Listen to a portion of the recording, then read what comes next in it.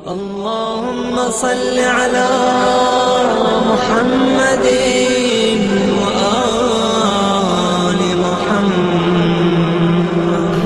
اعوذ باللہ من الشیطان الرجیم. بسم اللہ الرحمن الرحیم.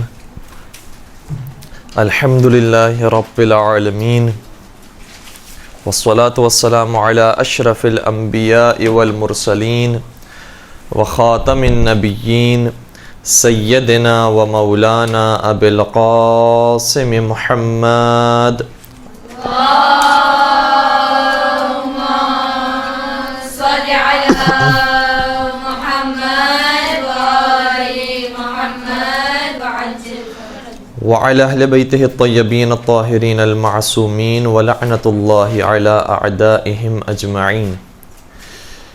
چھٹے امام جعفر صادق علیہ السلام کی شہادت کی مناسبت سے آج کی ہماری گفتگو ہوگی. اور گزشتہ ہفتے بھی چونکہ 15 شوال کی بھی ایک تاریخ ہے، 25 شوال کی بھی ایک تاریخ ہے کہ جو چھٹے امام کی منقول ہوئی ہے، لہٰذا دونوں مناسبتوں کا خیال رکھتے ہوئے دونوں ہفتوں میں چھٹے امام کی سیرت پر کچھ گفتگو کرنے کی کوشش کی گئی اور آج بھی کوشش کی جائے گی. وقت کافی نکل چکا ہے، لہٰذا میں ان مطالب کو دیکھ رہا ہوں کہ جو ضروری ہیں کہ آپ کی خدمت بیان کیے جائیں. شاید آج کی جو کلاس ہے اس میں جن طالبات نے شرکت کی ہے وہ پہلی دفعہ شرکت کی ہے. پرانا درس شاید انہوں نے نہیں سنا ہے. درست کہہ رہا ہوں میں؟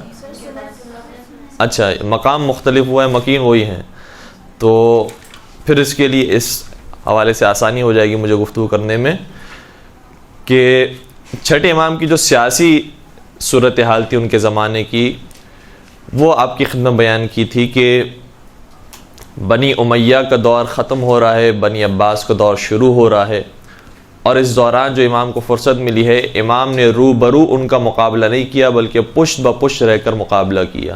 یہ دو اصطلاحات گزشتہ ہفتے استعمال کی تھیں اور اسی سے میں اپنی بات کو شروع کروں گا کہ امام کی جو شہادت ہوئی ہے وہ سن 148 ہجری میں ہوئی ہے، 148 ہجری میں، اور بنی عباس کی جب حکومت قائم ہوئی ہے تو وہ سن 132 ہجری میں ہوئی ہے، 132 ہجری میں.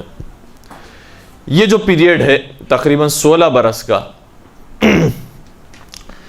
یہ زندگی کا، امام کی زندگی کا وہ حصہ ہے کہ جو امام نے بنی عباس کے ساتھ گزارا ہے، اور اس سے پہلے کا حصہ تقریباً بنی امیہ کے ساتھ گزارا گیا ہے.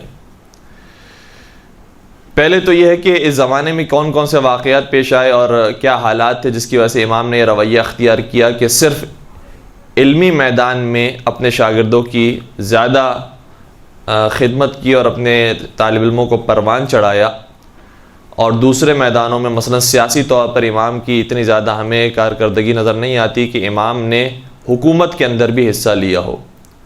اس کو بیان کرنے سے قبل میں ایک اور نقطے کی طرف اشارہ کروں گا. ہم سارے ائمہ کی زندگی کا ایک مختصر سا اگر جائزہ لیں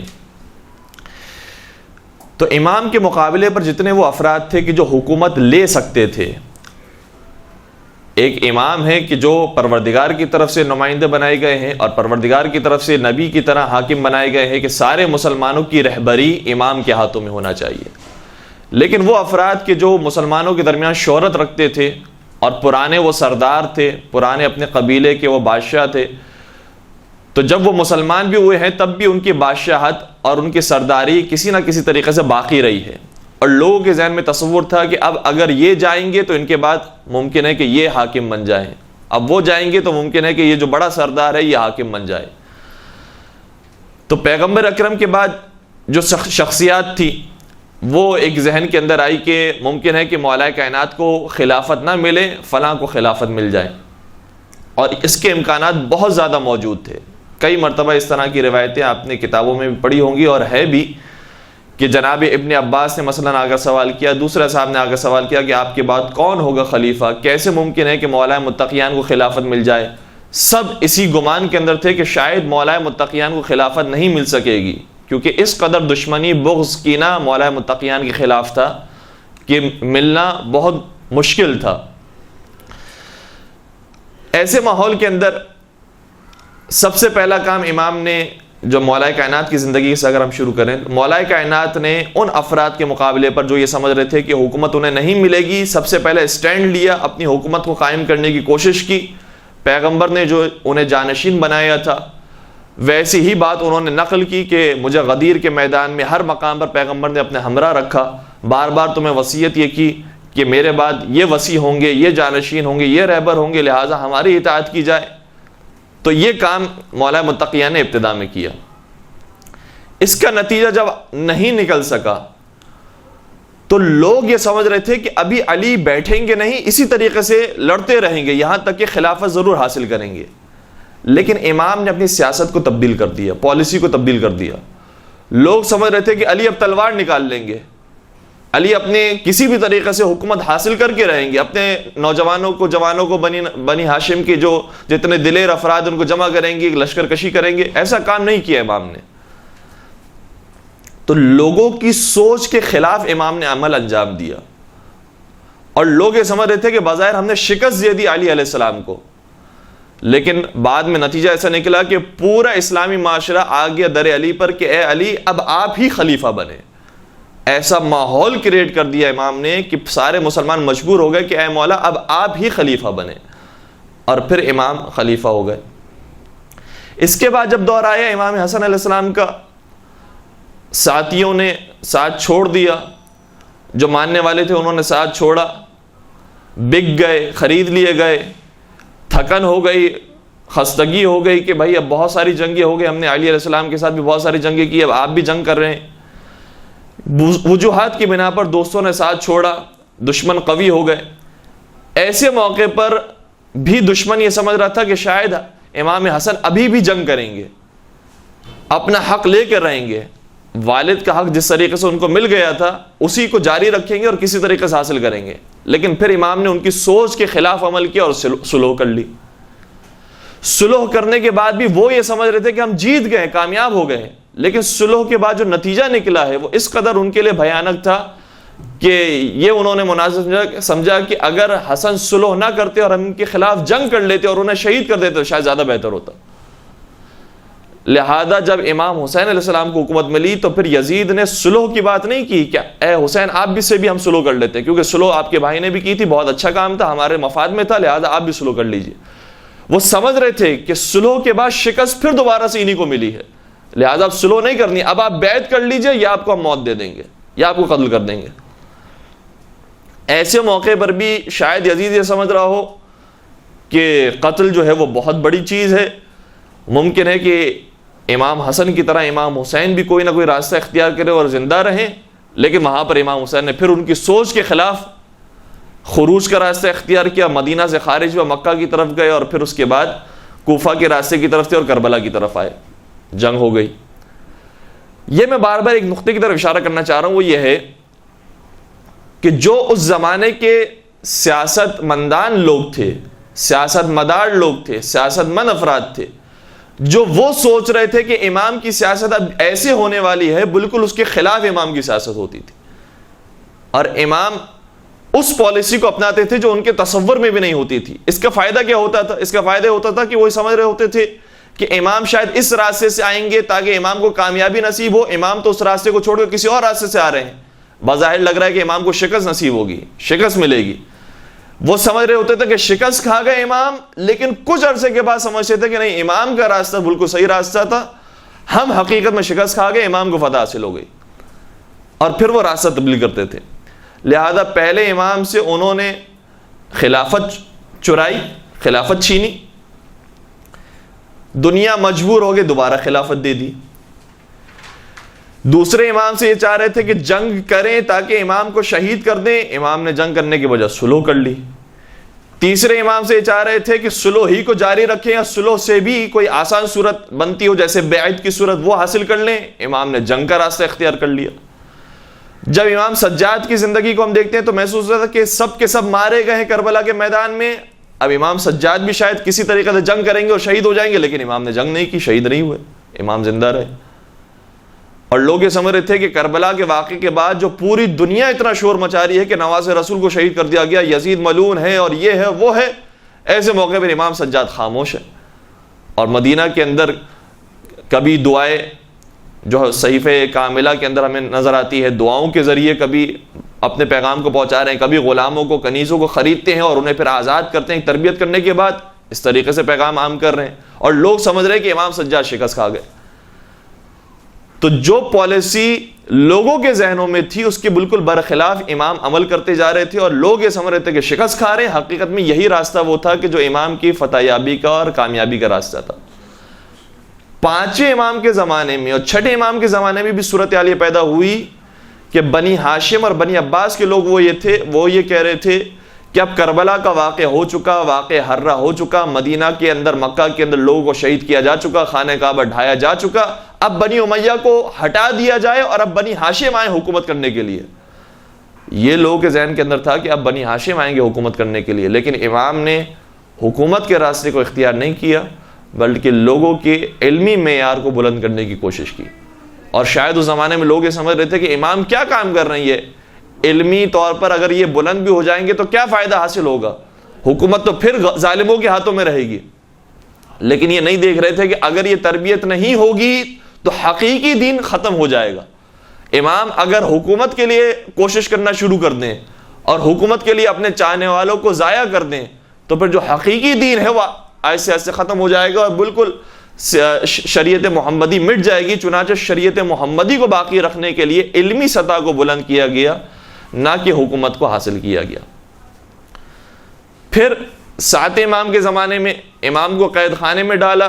قید خانے کے اندر بھی جو قید خانے کے اندر افراد تھے اور آتے جاتے تھے امام کی سیرت سے اتنا متاثر ہوتے تھے کہ بار بار ان کے اندر انقلاب پیدا ہوا، امام کے شیعہ بنے، چاہنے والے بنے، حتیٰ جو زندان بان ہوتے تھے جو بطور خاص معین کیے جاتے تھے کہ انہیں اذیت پہنچانے کا کام کریں آپ، وہ افراد منقلب ہوتے تھے۔ اور جب حاکم وقت یہ حکم دیتا تھا کہ زہر دے کر شہید کرو تو ان کا جواب یہ ہوتا تھا ہم کیسے زہر دیں اس آدمی کو کہ جو صبح کو روزے رکھتا ہے رات میں نمازیں پڑھتا ہے۔ تو زندان کے اندر بھی لوگ یہ سمجھ رہے تھے، جو بڑے بڑے سیاست مندان افراد ہیں وہ یہ سمجھ رہے تھے کہ امام تو اب زندان کے اندر ہیں، اب ان کی جو امامت ہے اور خلافت ہے یہ سارا ان کے ہاتھوں سے نکل گیا سارا سلسلہ، لیکن اس کے باوجود امام نے وہاں پر بھی اپنا کام جاری رکھا۔ پھر حکومت مجبور ہوتی ہے کہ آٹھویں امام کا جب زمانہ آیا کہ انہیں پھر حکومت کے اندر شامل کیا جائے، اب اس طریقے سے امام کو استعمال کیا جائے۔ جب اس طریقے سے بھی استعمال کیا گیا تو پھر بالآخر مامون رشید پشیمان ہوتا ہے کہ بھائی امام کو جو ہم نے حکومت کے اندر شامل کیا ہے، پہلے تو امام نے یہ اعلان کر دیا تھا عمومی طور پر کہ میرا کسی حکومتی کام سے کوئی تعلق نہیں ہوگا، لہٰذا یہ جتنی بھی غلطیاں کر رہے ہیں، جتنے بھی غلط احکامات یہ نافذ کر رہے ہیں، اس کا مجھ سے کوئی تعلق نہیں ہے۔ دوسری طرف سے امام کا وہاں پہنچنے کے بعد، محل کے اندر آنے کے بعد رویہ ایسا ہوتا تھا کہ جیسے کسی غریب انسان کا، کسی ملنگ درویش کا ہوتا ہے کہ چٹائی کے اوپر بیٹھ کر، دسترخوان کے اوپر بیٹھ کر، چٹائی جو ہے وہ دسترخوان کے طور پر استعمال ہو رہی ہے، اس پر بیٹھ کے کھانا لگایا گیا، غلاموں کو بلایا جا رہا ہے، سب آ کر مل کر بیٹھ کر کھانا کھائیں۔ جب لوگوں نے یہ طریقہ دیکھا تو سمجھ گئے کہ ان کو تو ولی عہد بنایا جا رہا ہے، ان کا یہ انداز ہے جن کا حقیقت میں حق بنتا ہے حکومت کرنا۔ اور جو مامون الرشید ہے وہ کبھی بھی کسی غلام کو اجازت نہیں دیتا کہ اس کے ساتھ دسترخوان پر بیٹھیں، اس کا محل دیکھو، اس کا دسترخوان دیکھو، تو خود بخود لوگوں کے ذہن میں پھر یہ حکومت ہی کے خلاف باتیں ذہن میں آنے لگی کہ جو ہماری حکومت ہے وہ درست نہیں ہے، حقیقت میں حق علی رضا علیہ الصلوۃ والسلام کا ہے۔ تو پھر حکومت کو پریشانی ہو گئی، دوبارہ سے پھر امام کو شہید کیا گیا۔ 9ویں 10ویں 11ویں امام کا زمانہ پھر سختی کے اندر قید خانے میں گزرا، بالخصوص اس لیے کہ امام زمانہ کا ظہور اور امام زمانہ کی ولادت، جس کے بعد وہ حکومت قائم ہونے والی تھی کہ جس میں ظالموں کا خاتمہ ہونے والا تھا اور عدل و انصاف قائم ہونے والا تھا، اس کے لیے بے تحاشا پریشان تھے ظالم حکمران۔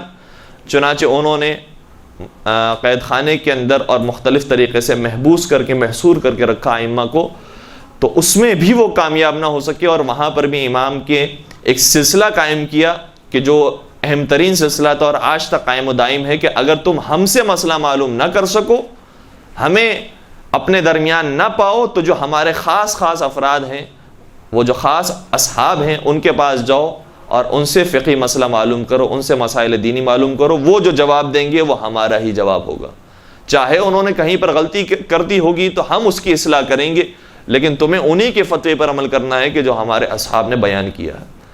تو بار بار شکست کھائی ہے ظالم حکمرانوں نے، جبکہ وہ جس راستے کو سمجھ رہے تھے کہ ائمہ اختیار کریں گے، کبھی بھی اس راستے کو ائمہ نے اختیار نہیں کیا، ایک مختلف ٹریک کو استعمال کیا، اور بظاہر وہ سمجھ رہے تھے کہ اس ٹریک کو استعمال کرنے کے بعد امام شکست کھا رہے ہیں، پیچھے ہٹ رہے ہیں، لیکن امام پیچھے نہیں ہٹ رہے تھے، باقاعدہ میدان کے اندر تھے، اور میدان کے اندر رہ کر ان کو کچھ ہی عرصے کے بعد احساس ہو گیا کہ انہیں شکست ملی ہے، امام کو شکست نہیں ملی۔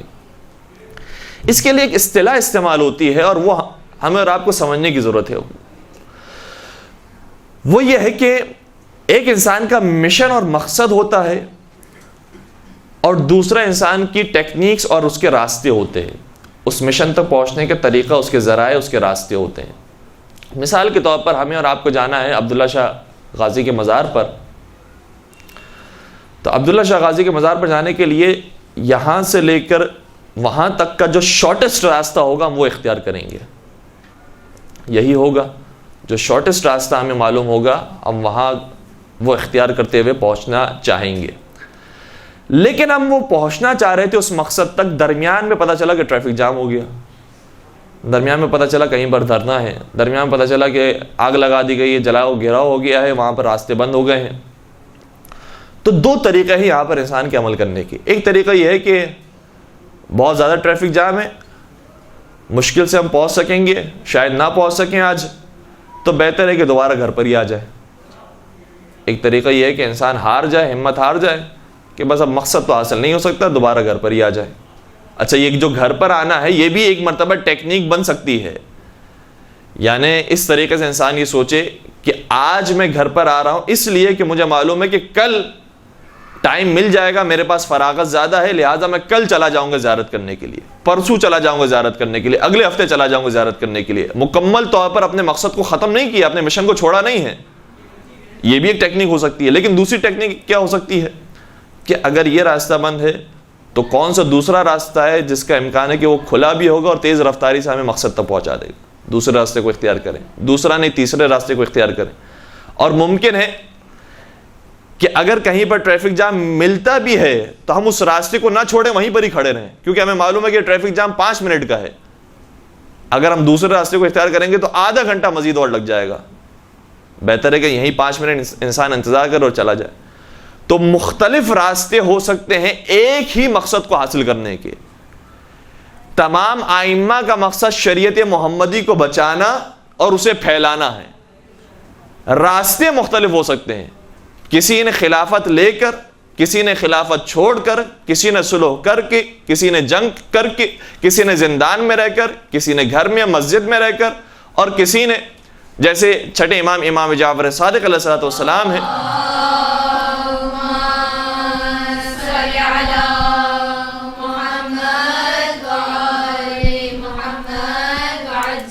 منبر پر آ کر علمی طور پر مضبوط کیا ہے افراد کو تاکہ شریعت محمدی باقی رہے۔ سب کا مقصد ایک ہی ہے کہ شریعت محمدی باقی رہے، دین اسلام باقی رہے، دین اسلام رواج پائے، پھیلے، لیکن راستے مختلف استعمال کیے ہیں۔ آج بھی ہمارا اور آپ کا ایک ہی مقصد ہے کہ مکتب اہل بیت عام ہو، مکتب اہل بیت کی حفاظت ہو، یہی دو مقصد ہے۔ یا اس کا دفاع ہو، جب کوئی حملہ کرتا ہے تو اس کا دفاع ہم کریں، اور دفاع کرنے کے ساتھ ساتھ اسے پھیلائیں، لوگوں کے درمیان منتشر کریں۔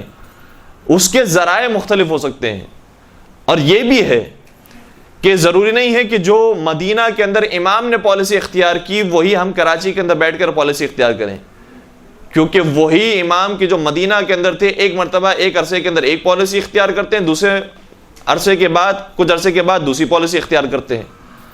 ایک امام نے مدینہ ہی کے اندر ایک پالیسی کو اختیار کیا، دوسرے امام نے مدینہ ہی کے اندر دوسری پالیسی کو اختیار کیا۔ تو پالیسیز مختلف ہو سکتی ہے، سیاست مختلف ہو سکتی ہے، لیکن مقصد ایک ہی رہے گا، مشن ایک ہی رہے گا۔ اس مشن کو ائمہ نے کبھی نہیں چھوڑا۔ اب یہی وہ پالیسیز ہیں، یہی وہ سیاسی شعور ہے کہ جو امام کی ایک وصیت میں بھی نظر آتی ہے۔ گزشتہ ہفتے بھی میں نے عرض کیا تھا کہ ائمہ کی وصیت کو، بالخصوص چھٹے امام کی وصیت کو آپ کی خدمت میں پیش کرنے کی کوشش کروں گا۔ اماموں کی بہت ساری آخری لمحات کے اندر نصیحت اور وصیت کے جملے ہیں۔ ایک جملہ چھٹے امام کے حوالے سے بہت مشہور و معروف ہے جو نماز کے حوالے سے ہے، لیکن اس کے علاوہ جو دوسری وصیتیں وہ اتنی معروف نہیں ہیں۔ جو غیر معروف وصیتیں، اس میں سے ایک وصیت سیاسی بصیرت کے ساتھ امام نے وصیت ارشاد فرمائی۔ ایک بات یہ ہے کہ منصور دوانقی قاتل ہے امام کا، لیکن منصور دوانقی بغداد میں ہے، امام مدینہ میں ہے۔ بغداد آپ کو معلوم ہے کہاں پر ہے؟ بغداد کہاں پر ہے؟ عراق میں۔ اور مدینہ کہاں پر ہے؟ سعودی عرب میں۔ بہت فاصلہ ہے، ہوائی جہاز کا سفر انسان کو اختیار کرنا پڑتا ہے، کچھ گھنٹوں کا سفر ہوتا ہے تب جا کر پہنچتا ہے۔ پرانا زمانہ اگر ہو تو کچھ دنوں کا، کچھ ہفتوں کا سفر ہوتا ہے جب انسان پہنچتا ہے۔ منصور بغداد کے اندر، امام مدینہ کے اندر، اور منصور نے کئی مرتبہ امام کو بغداد بھی بلایا۔ خود منصور بھی امام سے مدینہ کے اندر غالباً ملاقات بھی کرتا ہے۔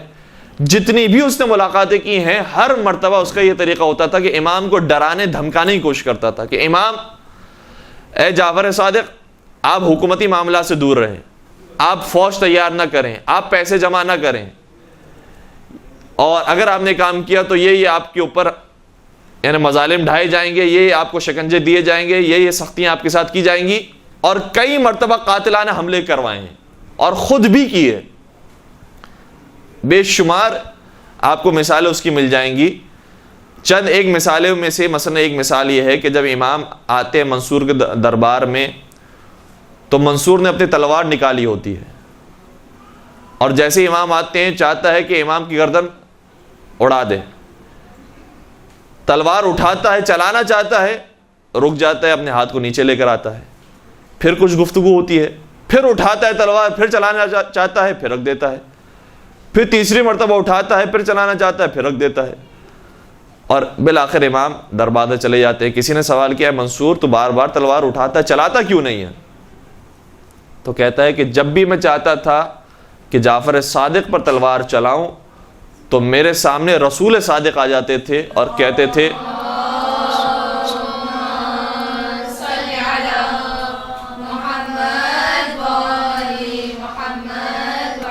تھے اے منصور، اگر تو نے میرے اس فرزند کو شہید کیا تو میں تجھے اس تلوار سے قتل کر دوں گا۔ لہذا میں گھبرا جاتا تھا، ہیبت مجھ پہ طاری ہو جاتی تھی اور میں کام نہیں کر سکا۔ ایک مرتبہ باقاعدہ امام کے اوپر تلوار چلا کر امام کو شہید کر دیا، اور جو قاتل تھا وہ یہ رپورٹ لے کر آیا کہ میں نے باقاعدہ امام کے جسم کے اعضاء کے ٹکڑے ٹکڑے کر دیے۔ اگلے دن امام صحیح و سالم جسم کے ساتھ منصور کے سامنے آ جاتے ہیں۔ تو کئی مرتبہ اس نے یہ کوشش کی کہ امام کو شہید کرے، امام کو قتل کرے، لیکن یہ کام نہیں کر سکا، اور بہرحال اس کے اندر مصلحتیں بہت ساری ہوتی ہیں۔ لیکن جب شہادت بالآخر ہو گئی امام کی سن 148 ہجری میں، تو اب منصور کا کیا طریقہ ہے؟ منصور بھی بہت بڑا سیاست مدار انسان ہے۔ راوی یہ کہتا ہے کہ جب میں منصور کے پاس پہنچا، مجھے بلایا گیا، کسی کو بھیجا اور کہا کہ فلاں شخص کو بلایا جائے، میں گیا۔ یہ روایت کتاب کافی کے اندر موجود ہے، اگر اس کا ریفرنس بھی لکھنا چاہیں تو کتاب کافی جو چاپ اسلامیہ ہے اس کی جلد نمبر 1 صفحہ نمبر 310 پر حدیث نمبر 13، اور اگر پوری کافی کو دیکھا جائے تو حدیث نمبر 813 بنتی ہے۔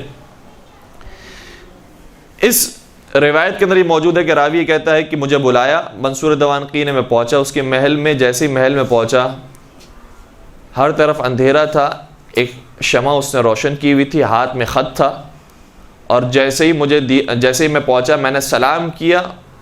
جواب سلام تو اس روایت میں ذکر نہیں ہے، یہ ذکر ہے کہ جیسے ہی میں نے سلام کیا اس نے وہ خط میری طرف پھینکا اور دھاڑے مار کر رونے لگا، گریہ کرنے لگا، اور کہتا ہے کہ شہید کر دیا گیا جعفر صادق کو، قتل کر دیا گیا جعفر صادق کو، اور 3 مرتبہ کہا انا للہ و انا الیہ راجعون۔ کون کہہ رہا ہے؟ کون کہہ رہا ہے؟ منصور دوانقی جو قاتل ہے امام کا، وہ کہہ رہا ہے انا للہ و انا الیہ راجعون، انا للہ و انا الیہ راجعون، انا للہ و انا الیہ راجعون۔ ہائے جعفر صادق کو مار دیا گیا، کتنے عظیم ہستی کو مار دیا گیا، بلکہ اس نے استعمال نہیں کیا، قتل کی بات نہیں کی، اس نے کہا کہ انتقال ہو گیا جعفر صادق کا، طبعی موت، مر گئے جعفر صادق، اور کتنے دکھ اور افسوس کی بات ہے۔ اور میں یہ جاننا چاہتا ہوں کہ جعفر صادق کے بعد ان کا وصی کون ہے؟ چنانچہ تم ایک خط لکھو اور بھیجو حاکم مدینہ کو کہ معلوم کریں کہ جعفر صادق نے کوئی اپنا وصی بھی مقرر کیا ہے، اپنا جانشین بنایا ہے۔ یہ کہتا ہے کہ کچھ دنوں کے بعد جب میں پہنچا، وہ خط لکھا میں نے، اور خط لکھنے کے بعد جب جواب آیا اور پھر دوبارہ میں منصور دوانقی کے پاس پہنچا تو منصور دوانقی نے کہا کہ خط کا جواب آ گیا، اور عجیب جواب اس کے اندر موجود ہے۔ حاکم مدینہ یہ کہتا ہے کہ جعفر صادق نے اپنا وصی بنایا ہے، لیکن ایک شخص کو نہیں بنایا ہے، 5 افراد کو بنایا ہے۔ اور میں نے کہا تھا حاکم مدینہ سے کہ جس کو بھی وصی بنایا ہو اسے فوراً قتل کر دو، اور سب سے پہلے ان اوصیاء میں میرا نام لکھا تھا، یعنی یہ لکھا تھا جعفر صادق نے کہ میرا وصی منصور دوانقی ہے۔ دوسرا نام جو لکھا تھا وہ حاکم مدینہ ہی کا لکھا تھا۔ دوسرا وصی محمد ابن سلیمان ہے۔ تیسرا وصی عبداللہ جو امام کے فرزند افتحی عبداللہ افتحی وہ ہیں۔ چوتھے امام موسیٰ کاظم علیہ السلام ہیں، اور پانچویں جناب حمیدہ خاتون۔ صلی علی محمد وآل محمد وعجل۔ کہتا ہے کہ امام نے جب یہ اب اس انداز سے وصی بنایا ہے تو اب میں پریشان ہو گیا ہوں کہ میں کس کو قتل کروں۔ وصی تو مجھے ہی بنا دیا، وصی تو حاکم مدینہ کو بنا دیا ہے، اب میں کس کو قتل کروں؟ لہٰذا امام کے پاس صرف وہ دولت نہیں ہے کہ امام کے در سے عبادتیں ملتی ہیں، زہد و تقوی ملتا ہے، یا امام کے در سے علمی جوہر ملتے ہیں، نہیں، امام کے دروازے سے سیاست مداری بھی ملتی ہے، امامت کے در سے اجتماعی معاملات میں سمجھداری بھی ملتی ہے کہ انسان کو کس راستے کو اختیار کرنا چاہیے۔ اور پھر یہی جواب، تقریباً یہی جواب جب کوفہ میں ابو حمزہ صومالی نے سنا، ابو حمزہ صومالی جنہوں نے چوتھے امام کا زمانہ بھی دیکھا، پانچویں امام کا بھی، چھٹے امام کا بھی، ابو حمزہ صومالی جب کوفے میں موجود تھے، ایک شخص یہ کہتا ہے کہ میں کچھ خمس وغیرہ کے یا کچھ اموال، میرے خیال سے ذہن میں جو مجھے روایت آ رہی ہے، اور یہ روایت بھی کتاب الخرائج والجرائح میں جلد نمبر 1 صفحہ نمبر 328 میں لکھی ہے۔ راوی کہتا ہے جب میں پہنچا کوفہ کے اندر تو ایک شیخ موجود تھے، وہ سب کو درس دے رہے تھے، مکتبہ اہل بیت کے بارے میں احادیث بیان کر رہے تھے۔ جب میں ان کے پاس پہنچا تو ایک شخص آیا خبر لے کر کہ جعفر صادق کو قتل کر دیا گیا یا ان کا انتقال ہو گیا۔ انہوں نے افسوس کا اظہار کیا، انا للہ و انا الیہ راجعون غالباً پڑھا، اور اس کے بعد سوال کیا کہ ان کا وصی کون ہے۔ تو آنے والے نے بھی یہی خبر دی کہ بعض روایتوں میں ملتا ہے کہ 3 افراد کو انہوں نے اپنا وصی بنایا ہے، بعض میں ملتا ہے 5 افراد کو بنایا ہے۔ جن 5 افراد کا نام اس نے لیا وہ وہی 5 افراد تھے کہ جو منصور دوانقی کے پاس بھی خط پہنچا تھا۔ جیسے ہی ان 5 اوصیاء کے نام ابو حمزہ صومالی نے سنے تو جملہ کہتے ہیں، یہ جملہ بھی مختلف کتابوں مختلف انداز سے آیا ہے، لیکن الخرائج والجرائح میں جو جملہ لکھا ہے وہ یہ لکھا ہے، وہ کہتے ہیں کہ دل علی الصغیر، پہلے تو وہ فرماتے الحمدللہ الذی لم یضلنا، اس خدا کی حمد ہے کہ جس نے ہمیں گمراہ نہیں کیا اور ہدایت کا راستہ دکھا دیا۔ اور کیسے ہدایت کی؟ فرماتے ہیں کہ دل علی الصغیر ومن علی الکبیر وستر الامر العظیم۔ کہتے ہیں کہ چھٹے امام نے جو 5 افراد کو وصی بنایا ہے، ان اوصیاء کے حالات دیکھنے کے بعد پتہ چلتا ہے کہ جو ان میں سب سے چھوٹا انسان ہے، جو عمر میں سب سے چھوٹا ہے، کم سن ہے، حقیقت میں وہی امام ہے۔ وَمَنَّ عَلَى الْكَبِيرِ، اور جو کبیر یعنی جو بڑا بیٹا اور بڑے فرزند کا نام امام نے شامل کیا، وہ گویا بڑے پر احسان کیا ہے، ورنہ اس کا نام لینے کی ضرورت نہیں تھی۔ اور بعض جگہ پر یہ بھی ملا ہے منّا کی بجائے بَيَّنَ عَلَى الْكَبِيرِ، یعنی بڑے بیٹے پر واضح کر دیا کہ تو وصی بننے کے لائق نہیں ہے، حقیقت میں موسیٰ کاظم ہے کہ جو وصی ہے۔ وَسَتَرَ الْأَمْرَ الْعَظِيمِ، اور جو بہت عظیم امر امامت تھی اس کو پوشیدہ طریقے سے بیان بھی کر دیا۔ تو جو سمجھدار افراد تھے وہ اسی وصیت کو دیکھ کر 5 افراد کا نام دیکھ کر سمجھ گئے کہ کون حقیقت میں وصی ہے۔ منصور دوانقی ہو نہیں سکتا کیونکہ وہی قاتل ہے، وہی امام کو اذیتیں پہنچانے والا، کئی مرتبہ قاتلانہ حملہ کر چکا ہے۔ محمد ابن سلیمان یہ ہو نہیں سکتا کیونکہ اسی ہی کو تو حکم دیا ہے منصور نے کہ امام پر سختیاں رکھو۔ اور سب سے زیادہ سخت حاکم مدینہ کو بنایا گیا تھا کیونکہ امام وہاں پر موجود تھے، وہ بھی نہیں ہو سکتا۔ تیسرا شخص عبداللہ افتحی ہے۔ عبداللہ افتحی کے بارے میں خود ابو حمزہ صومالی نے آگے بھی یہ وضاحت کی ہے، کتاب اعیان الشیعہ کے اندر یہ بات موجود ہے، جلد نمبر 1 صفحہ نمبر 677 کے اندر ابو حمزہ صومالی ہی کا یہ جملہ محسن الامین نے لکھا ہے۔ وہ کہتے ہیں کہ ابو حمزہ صومالی نے کہا کہ عبداللہ افتحی اس لیے امام نہیں ہو سکتا کیونکہ اس کے اندر 2 خامیاں موجود ہیں، ایک جسمانی لحاظ سے وہ درست نہیں ہے اسی لیے اسے افتح کہا جاتا ہے، اور دوسرا علمی اعتبار سے وہ کمزور ہے، اسی لیے جب بھی اس سے مسائل دینی پوچھے جاتے ہیں تو کہتا ہے مجھے نہیں معلوم، میں جاہل ہوں۔ تو وہ جو جاہل ہو وہ امام نہیں بن سکتا۔ لہذا عبداللہ افتحی اگر امام بننے کے قابل ہوتے تو امام پھر اپنے چھوٹے فرزند کا نام نہیں لیتے۔ چھوٹے فرزند کا نام لینا خود اس بات پر دلیل ہے کہ بڑا فرزند اس لائق نہیں ہے کہ وہ امام بن سکے۔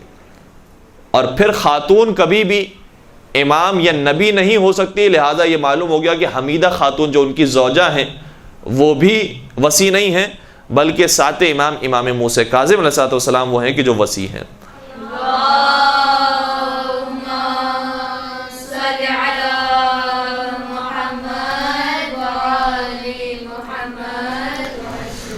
اچھا، یہاں جب ہم وصیت کو دیکھتے ہیں تو ایک سوال اگر اذہان حاضر ہے تو یہ سوال ہر انسان کے ذہن میں پیدا ہو سکتا ہے جو خاص طور پر شرعی اور فقہی شعور رکھتا ہے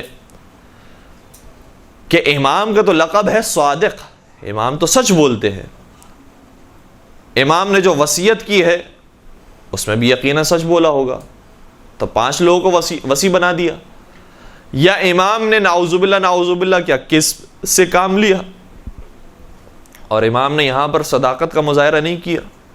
کیا وجہ ہے؟ امام نے 5 افراد کے نام لیے، یا تو ہم کہیں کہ کذب ہے یا صدق ہے، اگر صدق ہے سچی بات ہے تو 5 کے 5 ہونے چاہیے، اور اگر کذب ہے تو یہ توقع نہیں رکھی جا سکتی امام صادق سے کہ وہ کوئی کذب کی بات کرے۔ بہت سارے جوابات ہو سکتے ہیں، اس میں سے 2 جو بنیادی جواب ہیں وہ یہ ہیں کہ جب صدق اور کذب کی بات کی جاتی ہے، سچائی اور جھوٹ کی بات کی جاتی ہے، وہ ان معاملات کے اندر ہوتی ہے کہ جب جان، مال، عزت و آبرو سے یہ بات نہ ٹکرائے۔ اگر ہمیں معلوم ہے کہ ایک ڈاکو آئے گا اور کسی شریف آدمی کا پتہ معلوم کر رہا ہے، وہ کہاں پر رہتا ہے، جیسے ہم نے پتہ بتایا اسے قتل کر دے گا، دہشت گرد ہے، مال لوٹ لے گا یا قتل کر دے گا، تو وہاں پر سچ بولنا یہ حرام ہو جاتا ہے، وہاں جھوٹ بولنا واجب ہے۔ اور یہ بہت واضح سے احکام شریعت ہے کہ جو تمام ہی فقہوں کے اندر، تمام ہی مذاہب کے اندر موجود ہیں۔ البتہ فقہ جعفریہ کے اندر بالخصوص آیت اللہ سیستانی یہ بھی فرماتے ہیں کہ جہاں پر انسان توریہ کر سکتا ہو وہاں توریہ کرے، اور توریہ کرنا ممکن نہ ہو تو وہاں جھوٹ بول کر جان بچانا واجب ہے۔ اگر وہاں سچ بول دیا تو انسان نے حرام کام کیا ہے شریعت محمدی کی نگاہ میں بھی، اور انسانی جو حقوق ہیں، انسانی جو اخلاقیات ہیں اس کے مطابق بھی۔ اگر کسی بے دین شخص سے بھی پوچھا جائے، یورپ امریکہ میں رہنے والے سے بھی پوچھا جائے کہ ایسے موقع پر سچ بولنا چاہیے جھوٹ بولنا چاہیے، تو سب کے سب یہ کہیں گے کہ ایسے موقع پر جھوٹ بول کر جان بچانا ضروری ہے، تمہارے سچ بولنے سے جان چلے جائے گی، کسی بڑے انسان کی، کسی شریف انسان کی، کسی محترم انسان کی، لہذا وہاں پر جھوٹ بولنا چاہیے۔ لیکن چونکہ چھٹے امام کے بارے میں ہم یہ نہیں جانتے کہ ان کی نیتوں میں کیا کیا باتیں پوشیدہ تھی، جب ایک عام انسان کی ہم نیت نہیں جانتے کہ اس نے یہ جملہ کہا ہے وہ کس وجہ سے کہا ہے، اگر وہ کسی کے بارے میں بتا رہا ہے کہ اس کا ایڈریس یہاں پر نہیں ہے وہاں پر ہے، تو اس کے ذہن میں ممکن ہے یہ بات ہو کہ جس کا ایڈریس میں بتا رہا ہوں یہاں پر نہیں وہاں پر ہے وہ کوئی اور آدمی ہے، جس کا ایڈریس تم پوچھ رہے ہو وہ کوئی اور آدمی ہے، میں نے کسی اور آدمی کا بتا دیا۔ یہ ایک توریہ کا طریقہ ہے۔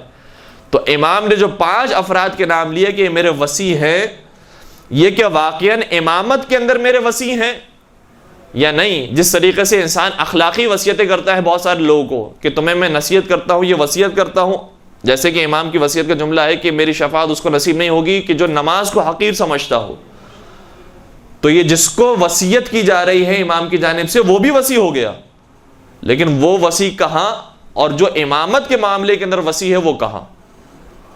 لہٰذا اخلاقی وصیت اگر کسی کو کی جا رہی ہے تو وہ بھی وصی کہلاتا ہے۔ چنانچہ امام نے جس طریقے سے ہر ایک کو وصیت کی ہے، منصور دوانقی کو بھی کئی مرتبہ وصیتیں کی کہ صحیح راستے پر آ جائے، لیکن اس نے وصیت پر عمل نہیں کیا، نہیں مانا، گرچہ وصی بنایا گیا ہے لیکن اس نے وصیت کی پرواہ نہیں کی ہے، اخلاقی وصیتوں کو بروئے کار نہیں لایا ہے، لہٰذا وہ صحیح وصی نہیں کہلائے گا۔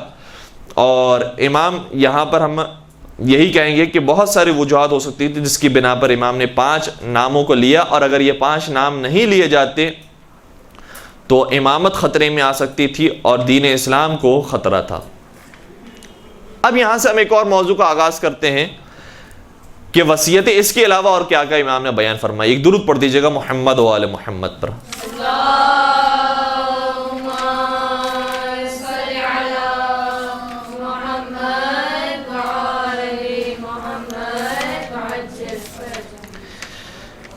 اس کے علاوہ جو امام کی وصیت ہے، جو آخری مواقع پر امام نے ارشاد فرمائی، ورنہ تو وصیت انسان کو کرتے ہی رہنا بھی چاہیے، اور امام نے کی بھی ہے۔ کئی جگہ پر لفظ وصیت استعمال ہوا ہے لیکن وہ حقیقت میں نصیحت کے معنوں میں آیا ہے۔ جو ہمارے اصطلاح کے اندر لفظ وصیت استعمال ہوتا ہے کہ جب انسان مرنے سے پہلے کچھ کلمات ادا کرے، اگر اس معنی میں لیا جائے تو امام کی کچھ بطور خاص وصیتیں ہیں کہ جو امام نے ارشاد فرمائی۔ وہی وصیت جو نماز کے بارے میں ہے، اس کے ایک اگلا جملہ بھی ہے۔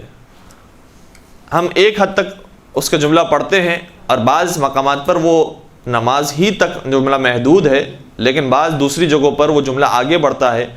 مثلا کتاب کافی کے اندر 2-3 مقامات پر یہ حدیث موجود ہے کہ امام نے ارشاد فرمایا کہ میری شفاعت اس کو نصیب نہیں ہوگی جو نماز کو حقیر سمجھے گا، لیکن کتاب کافی ہی کے اندر ایک مقام پر یہ حدیث آگے بڑھتی ہے۔ وہ کون سا مقام ہے؟ اس کا اگر ریفرنس لکھنا چاہیں تو کتاب کافی جلد نمبر 6 صفحہ نمبر 401، جلد نمبر 6 صفحہ نمبر 401۔ اس میں امام نے اپنے فرزند ساتھ سرکار سے ارشاد فرمایا، یا بنیا انہ لا ینال شفاعتنا من استخف بالصلاۃ، اے میرے لال، ہماری شفاعت اسے نصیب نہیں ہو سکتی، اس تک نہیں پہنچ سکتی کہ جو نماز کو خفیف سمجھنے والا ہو اور حقیر سمجھنے والا ہو۔ پھر امام کی وصیت آگے بڑھتی ہے، اسی حدیث کا جملہ یہ ہے، ولا یرد علینا الحوض من ادمن هذه الاشربہ، اور وہ شخص ہمارے پاس حوض کوثر میں بھی نہیں آئے گا جو شراب پینے والا ہو۔ اور پھر امام نے سوال کیا ساتھ سرکار نے کہ یا ابا وای الاشربہ، وہ کون سی شراب ہے کہ جس کی آپ بات کر رہے ہیں؟ فرمایا کل مسکرن، جتنی بھی نشہ آور چیزیں ہیں اگر کوئی انسان استعمال کرنے والا ہے وہ پھر ہمارے پاس حوض کوثر میں نہیں آئے گا۔ تو صرف نماز کے بارے میں نہیں، اجتناب شراب کے بارے میں بھی امام کی وصیت، اور اس سے پہلے ایک سیاسی وصیت، اس کے علاوہ ایک چوتھی وصیت، اور پھر میں ان ساری وصیتوں کو نقل کرنے کے بعد ایک نتیجہ دے کر گفتگو ختم کروں گا۔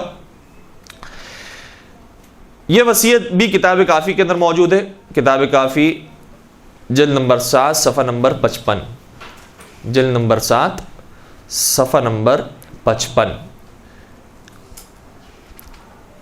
راوی کہتا ہے کہ میں امام کی ایک کنیز سالمہ سے جب ملا تو سالمہ نے یہ بات بتائی، وہی کہتی ہے کہ جب امام کے انتقال کا وقت قریب تھا تو امام بے ہوشی کی حالت میں تھے، اچانک ہوش میں آئے اور مجھ سے فرمایا کہ حسن افتح جو امام کا چچا زاد بھائی ہوتا ہے یا ان کا چچا ہوتا ہے، یہ بہت اہم نقطہ ہے، ان کا چچا زاد بھائی یا ان کا چچا ہوتا ہے، فرمایا کہ اس حسن افتح کو 70 دینار دے دو اور فلاں کو اتنے دینار دے دو اور فلاں کو اتنے دے دو، فلاں کو اتنے دے دو۔ امام نے جب یہ وصیتیں فرمائی تو میں نے عرض کیا کہ حسن افتح جس کی آپ بات کر رہے ہیں یہ تو وہ شخص ہے کہ جس نے آپ پر چاقو کے ذریعے حملہ کیا، خنجر لے کر آپ کے پیچھے آیا اور حملہ کیا اور آپ کو قتل کرنے کی کوشش کی، آپ چاہتے ہیں کہ اس کی مدد کریں؟ امام نے فرمایا کیا تو نہیں چاہتی کہ میرا شمار بھی ان لوگوں میں ہو جن کے بارے میں قرآن یہ اس انداز سے بیان کرتا ہے کہ والذین یصلون ما امر اللہ بہ ان یوصل ویخشون ربہم ویخافون سوء الحساب، کہ لوگوں میں سے بعض ایسے بھی ہیں کہ وہ رشتے کہ جنہیں پروردگار نے بنایا ہے ان رشتوں کی پاسداری کرتے ہیں. یہ رشتے مثلا چچا کا رشتہ ہے، ماموں کا رشتہ ہے، والدین ہے، اولاد ہے، یہ سارے رشتے وہ ہیں کہ جو ہمارے اختیار سے بتائے نہیں گئے ہیں، ہمارے اختیار سے بنائے نہیں گئے ہیں. ہم نے چوز نہیں کیا ہے کہ ہمارا چچا یہ ہو اور ہماری ممانی یہ ہو اور ہمارا پھپھا یہ ہو اور پھپھی یہ ہو. ہم نے تو اختیار نہیں کیا ہے، خدا نے بنائے ہیں. تو قرآن کی آیت یہ کہتی ہے کہ وہ رشتے جسے خدا نے بنایا ہے یہ انہی رشتوں کی پاسداری کرتے ہیں کیونکہ خدا نے بنایا ہے، اور پروردگار سے ڈرتے ہیں اور پروردگار کے حساب و کتاب سے خوفزدہ رہتے ہیں. کیا تو نہیں چاہتی کہ میرا ان افراد میں شمار ہو جائے؟ پھر فرمایا اے سالمہ، خدا نے جنت بنائی ہے اور جنت کی خوشبو 2000 سال کے فاصلے سے سونگھی جائے گی، مگر جنت کی خوشبو 2 افراد نہیں سونگھ سکیں گے. ایک وہ جو والدین کی نافرمانی کرنے والا ہو اور دوسرا رشتہ داروں سے قطع تعلق کرنے والا ہو. چنانچہ امام کی وصیتوں میں سے ایک وصیت نماز کے بارے میں ہے تو ایک اہم وصیت رشتہ داروں سے حسن سلوک کرنے کے بارے میں ہے. بالخصوص اس رشتہ دار کے بارے میں امام نے بطور خاص نام لے کر تذکرہ کیا کہ جو قتل کر رہا تھا، قاتلانہ حملہ کرنے والا تھا. اور یہاں قاتلانہ حملہ تو بہت دور کی بات، مال چوری کرنا تو بہت دور کی بات، ہماری ذرا سی شان میں کسی نے ایک جملہ کم کہہ دیا اور ذرا ایک توہین ہو گئی تو 20 سال کے لیے اس سے قطع تعلق، 15 سال کے لیے اس سے قطع تعلق، کبھی بات نہیں کرنی، کبھی عید پر ملاقات نہیں کرنی، کبھی اس کی تقریب میں نہیں جانا، کبھی وہ ہماری تقریب میں نہیں بلایا جائے گا. ایک اگر جملہ اس نے ہماری شان میں کم کہا. تو امام نے یہاں پر بھی پیغام دیا ہے کہ صرف نمازوں کی، صرف دعاؤں کی اہمیت نہیں ہے کہ انسان مصلی پر بیٹھ جائے اور دعائیں مانگتا رہے. رشتہ داروں کے ساتھ حسن سلوک کرنا یہ ایک اہم ترین عبادت ہے کہ جو انسان کو انجام دینی چاہیے. اور آخری وصیت جو ہم نے نوٹ کی ہے، کتاب مناقب آل ابی طالب کے اندر ابن شہر عاشوب نے یہ روایت لکھی ہے. مناقب آل ابی طالب میں اس کا ہم نے صفحہ نمبر یاد نہیں کیا، یادداشت نہیں کیا ہے. عربی اس کی تھوڑی بہت آپ کی خدمت میں بیان کر دیں گے تو پھر شاید اگر آپ سرچ کرنا چاہیں تو مل سکے گی. روایت یہ ہے کہ قال موسیٰ بن جعفر فیما اوصانی بہ ابی. چھٹے امام نے بیان فرمایا ان چیزوں کے بارے میں کہ جس کے بارے میں ان کے بابا نے انہیں وصیت کی تھی. کیا وصیت کی تھی؟ یا بنی اذا انا مت فلا یغسلنی احد غیرک فإن الامام لا یغسلہ الا امام واعلم ان عبد اللہ اخاک سیدعو الناس الى نفسہ فدعہ فإن عمرہ قصیر. چھٹے سرکار نے اپنے بیٹے ساتویں امام سے بیان فرمایا تھا، وصیت یہ کی تھی کہ اے میرے لال، میں مرنے والا ہوں، لہٰذا تمہارے علاوہ کوئی مجھے غسل نہ دے، کیونکہ امام کو امام کے علاوہ کوئی غسل نہیں دیتا. اور یاد رکھو جو تمہارا بھائی عبداللہ ہے، یعنی عبداللہ افتحی، یہ جو تمہارا بھائی ہے یہ لوگوں کو اپنی جانب بلائے گا، یعنی یہ بھی دعویٰ کرے گا کہ مجھے امامت مل گئی ہے، میں امام ہوں. لیکن جو سچے امام ہوتے ہیں وہ خدا کی طرف بلاتے ہیں، یہ اپنی طرف بلائے گا. امام فرماتے فدعہ، اسے چھوڑ دینا، اسے اپنا کام کرنے دینا. کیوں؟ فإن عمرہ قصیر، کیونکہ اس کی زندگی بہت چھوٹی ہے. بلا وجہ ایک چھوٹے معاملے کے اندر تم پڑھو اور وہ جو چھوٹا معاملہ ہے تمہارے درمیان میں پڑھنے کی وجہ سے بڑا نہ بن جائے، لہذا اسے چھوڑ دینا، وہ خود بخود معاملہ ختم ہو جائے گا. یہ بھی امام کی ایک گویا سیاسی بصیرت میں سے ایک جملہ ہے. جس طریقے سے وہ 5 افراد کی جو وصیت کی تھی، اسی طریقے سے یہ ایک اہم نقطہ ہے. غالباً احادیث کے اندر بھی اس قسم کی روایت بیان ہوئی ہے کہ جو باطل کا مقابلہ کرتے ہیں اس کے 2 طریقے ہوتے ہیں. رب باطل یموت بذکر ورب باطل یموت بترکہ. کبھی کبھار باطل کا مقابلہ جب انسان کرتا ہے تو بار بار اس کا ذکر کرتا ہے کہ یہ غلط ہیں، انہوں نے برائی کی ہے، انہوں نے دین کا خاتمہ کیا ہے، انہوں نے غلط طریقے سے دین پہنچایا ہے. بار بار ان کا تذکرہ کرتے ہیں تاکہ لوگوں کو پتہ چلے کہ یہ غلط افراد ہیں، ان کی تقلید، ان کی پیروی، ان کے پیچھے نہیں چلنا چاہیے. لیکن بسا اوقات باطل کا مقابلہ کرنے کا طریقہ یہ ہوتا ہے کہ انسان خاموشی اختیار کرے. یہ ایک عجیب طریقہ ہے. باطل کبھی کبھار بول اور زبان کے ذریعے مٹتا ہے، بولنے سے مٹتا ہے، اور کبھی کبھار خاموش رہ کر مٹ جاتا ہے. اگر خاموش رہنے کے مقام پر انسان نے بولنا شروع کیا تو باطل مٹے گا نہیں، باطل پروان چڑھے گا. بہت سارے ٹی وی پر آنے والے افراد اور مختلف قسم کے نظریات دینے والے افراد ایسے ہوتے ہیں کہ جن کے بارے میں ہم نے ذکر کر دیا، بیان کیا اگر انہیں اپنی محافل اور مجالس کے اندر، تو بلا وجہ وہ بڑے افراد ہو جائیں گے، بلا وجہ لوگ ان کے بارے میں معلوم کریں گے اور تبصرہ کریں گے. اور یہی معاملہ ہے کچھ ایسی چیزوں کا، جیسے کوئی نامناسب فلم آتی ہے، پیغمبر اکرم کے بارے میں بنائی گئی، کسی نبی کے بارے میں بنائی گئی، آج تک مجمع میں سے کسی نے نہیں دیکھی ہے، بہت کم افراد نے دیکھی. ہم نے بیان کر دیا کہ فلاں جگہ پر ایسی فلم بنائی گئی ہے، اس میں یہ دکھایا گیا ہے، نبی کی توہین کی گئی ہے، اہل بیت کی توہین کی گئی ہے. جنہوں نے نہیں بھی دیکھی تھی وہ بھی جا کر دیکھیں گے. تو اگر انسان خاموش رہتا تو یہ باطل خود بخود دب جاتا، اور کسی کو خبر ہی نہ ہوتی کہ یہ کوئی باطل پیدا بھی ہوا تھا اور اس نے کوئی غلط کام بھی کیا تھا، خود بخود ختم ہو جاتا. لہٰذا باطل کے بھی مقابلہ کرنے کے دو طریقے ہوتے ہیں. بسا اوقات اس کو پھیلایا جاتا ہے اور بسا اوقات اسے چھپایا جاتا ہے. اور عجیب بات یہ ہے کہ پاکستانی معاشرے کے اندر انٹرٹینمنٹ یہی بن گیا ہے کہ باطل کو پھیلایا جائے. اور جب ان سے پوچھا جاتا ہے کہ کیوں پھیلایا جا رہا ہے، کہا کہ اویئرنیس دینے کے لیے، کہ پتہ چلے کہ یہ غلط کام ہو رہے ہیں، ہمیں ان سے دور رہنا ہے. تو جو اچھے کام ہو رہے ہیں وہ بھی تو بیان کیے جائیں تاکہ اس سے قریب رہیں. وہ کوئی بیان نہیں کرتا، لیکن جو باطل کام ہوتے ہیں، جو غلط کام ہو رہے ہوتے ہیں، اسے بار بار دکھائے جاتے ہیں اور فیس بک پر عام کیا جاتا ہے، واٹس ایپ کے ذریعے عام کیا جاتا ہے کہ یہ وہاں پر غلط کام ہو رہا ہے، یہ وہاں پر غلط کام ہو رہا ہے، یہ کام غلط ہو رہا ہے. اس کے بعد کمنٹس بھی بہت برے برے آ گئے ہیں. لیکن حقیقت یہ ہے کہ باطل کا پرچار نہ کیا جائے. بہت سارے باطل ایسے ہوتے ہیں جن کا پرچار نہ کیا جائے تو انسانی معاشرے کے لیے وہ بہتر ہوتا ہے اور اس سے دین کی بقا ہوتی ہے. لہٰذا باطل کا مقابلہ ہمیشہ اسے پھیلا کر نہ کیا جائے، کبھی کبھار خاموشی کے ذریعے بھی اس کا مقابلہ کیا جا سکتا ہے. ایک درود پڑھ دیجئے محمد و آل محمد پر.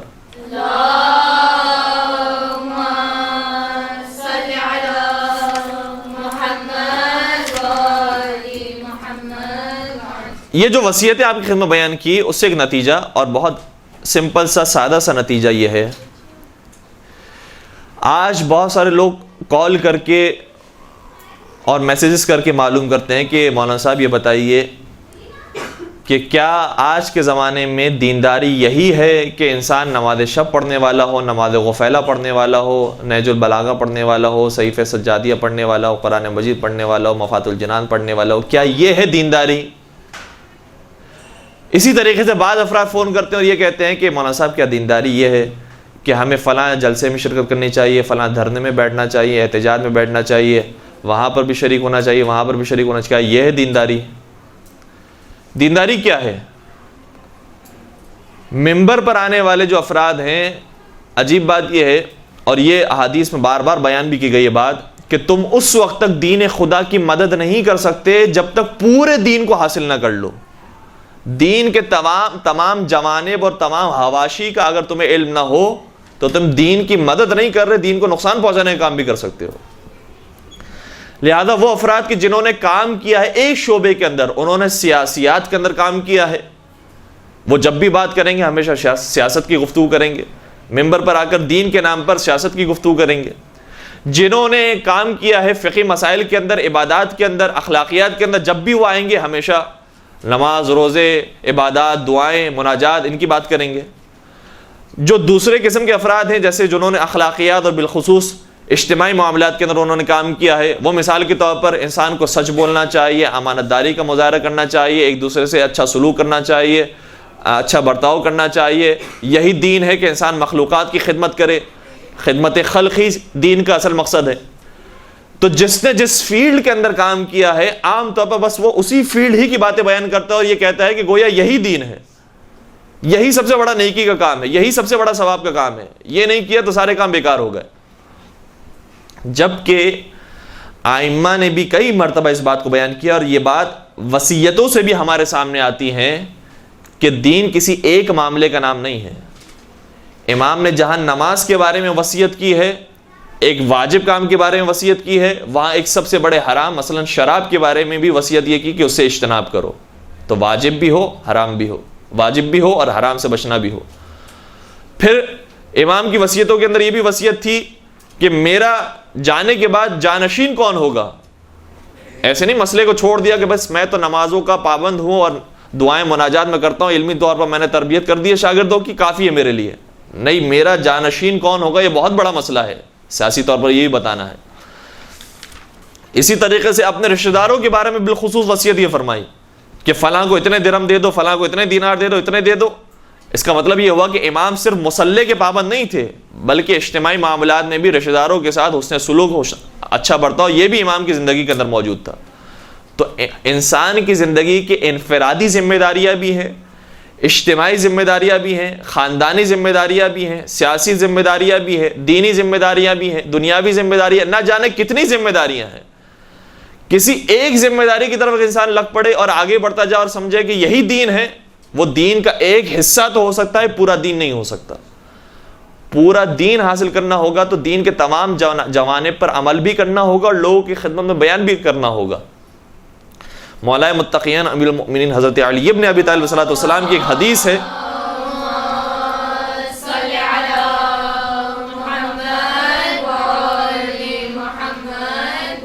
جس میں امام نے اپنے بیٹے سے فرمایا یا بنی للمؤمن 3 ساعات، اے میرے لال، مومن کی زندگی میں 3 اوقات ہونے چاہیے، اس کی زندگی 3 حصوں میں تقسیم ہونی چاہیے۔ اب یہ 3 حصوں کا بھی یہ مطلب نہیں ہے کہ برابر سے ہم نے 3 حصے تقسیم کیے، 100% کو 33.33% کے اندر تقسیم کیا کہ بالکل نوٹنگ کے ساتھ ہم چل رہے ہوں، یہ بات نہیں ہے۔ یہ بیان کرنے کا مقصد ہے کہ تینوں حصے ہونے چاہیے انسان کی زندگی میں، کچھ کوئی حصہ بڑھ جائے، کوئی حصہ کم ہو جائے، حالات کے حساب سے یہ ہونا چاہیے۔ پہلا حصہ کیا ہو؟ فرمایا ساعۃ فیہا یناجی ربہ، زندگی کا ایک حصہ ایسا ہونا چاہیے جس میں وہ خدا سے مناجات کرے، اور مناجات خدا کے اندر نماز بھی شامل ہے، دعائیں بھی شامل ہے، تعقیبات بھی شامل ہے، مثلا ائمہ کے زیارت ہم پڑھ رہے ہیں وہ بھی شامل ہے، جتنے بھی یہ عبادتی پہلو ہیں وہ سب کے سب شامل ہیں۔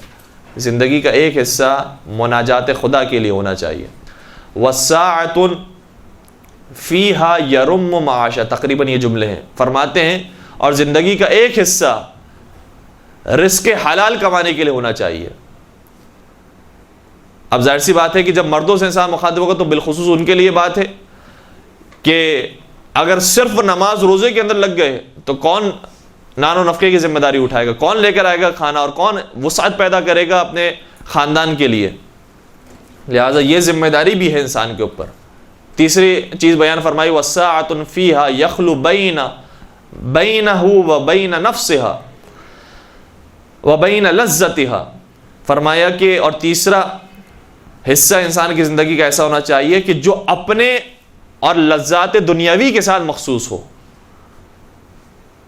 تاکہ انسان ان نعمتوں کو حاصل کر کر تقویت پیدا کرے، یعنی کھانے پینے کے لیے بھی وقت دے، دسترخوان پر بھی بیٹھا ہو تو اچھے طریقے سے بیٹھے۔ یہ نہیں ہے کہ جلدی جلدی کھانا کھا کر نماز کے لیے ہمیں جانا ہے، بلکہ روایتوں کے اندر جملہ یہ موجود ہے کہ جو شخص دسترخوان پر بیٹھ کر کھانا کھاتا ہے وہ حصہ پروردگار اس کی زندگی کا شمار نہیں کرتا۔ سکون سے بیٹھ کر کھانا کھایا جائے۔ ائمہ اطہار علیہ السلام کا طریقہ نہیں ہوتا تھا کہ بہت جلدی جلدی نوالے لیے اور چلے گئے، سکون سے بیٹھ کر کھانا کھایا کرتے تھے۔ اور یہ تو آج کے جو ڈاکٹر حضرات ہیں وہ بھی کہتے ہیں کہ جو جلدی جلدی کھانا کھایا جاتا ہے اس کے مضر اثرات ہوتے ہیں انسان کی جسم پر، لہذا جلدی جلدی کھانا نہ کھایا جائے، سکون سے بیٹھ کر کھانا کھایا جائے۔ یا جو دوسری حلال لذات ہیں ان کو صحیح طریقے سے سمندر کے کنارے انسان پہنچ جاتا ہے، یہ حلال چیز ہے۔ سبزہ دیکھنے کے لیے کہیں پر جاتا ہے، حلال چیز ہے۔ اپنے بچے کو دیکھتا ہے، خوش ہوتا ہے، اسے پیار کرتا ہے، یہ حلال چیز ہے۔ تو بے شمار حلال لذتیں اسے حاصل کرنا یہ بھی انسان کی زندگی کا ایک حصہ ہے۔ یہ مولا متقیان کی حدیث تھی جس میں فرمایا کہ اپنی زندگی کو 3 حصوں میں تقسیم کرو۔ ایک امام رضا علیہ السلام کی حدیث ہے جس میں فرمایا کہ انہوں نے کہ 4 حصوں میں اپنی زندگی کو تقسیم کرو۔ ایک اور حدیث ہے جس میں فرمایا گیا کہ 5 حصوں میں تقسیم کرو۔ ان ساری حدیثوں کو بیان کرنے کا مقصد یہ ہے کہ صرف انسان کو ایک پہلو کو نہیں اٹھا لینا کہ یہی زندگی کا مقصد ہے، یہی دین نے سکھایا اور یہی انسان کو کرنا ہے، بلکہ ساری چیزوں کو ساتھ لے کر چلنا، اعتدال کے ساتھ، توازن کے ساتھ۔ یہ ہے حقیقت میں دین اسلام کہ جس کی تعلیمات ائمہ اطہار علیہ السلام کی طرف سے ہمیں ملی ہے۔ پروردگار سے دعا کرتے ہیں کہ انشاءاللہ سیرت محمد و آل محمد پر ہم سب کو چلنے کی توفیق عطا فرمائے، محمد و آل محمد کی زندگی اور ان جیسی موت ہم سب کو نصیب فرمائے، ہمارے تمام گناہ کبیرہ اور مرحومین کے تمام گناہ کبیرہ صغیرہ کی مغفرت فرمائے انشاءاللہ. جتنے شیعان حیدر کرار ان تمام کی جان مال عزت و آبرو کی حفاظت فرمائے. اگر مشکلات کہیں پر آتی ہیں، پریشانیاں آتی ہیں اور یہ ہمارے حق میں بہتر ہے، تو انہی مشکلات پر صبر و شکر کرنے کی ہم سب کو توفیق عطا فرمائے. اور امام زمانہ عجل اللہ تعالی فرج الشریف کا ظہور جلد جلد فرمائے. ہمیں ان کے آبان انصار عاشقین و محبین میں شمار فرمائے. ربنا تقبل منا انک انت السمیع العلیم وتب علینا انک انت التواب الرحیم برحمتک یا ارحم الراحمین. اللجن اللجن يا مولا اللجن اللجن اللجن اللجن اللجن اللجن اللجن يا صاحب السماء اللجن اللجن اللجن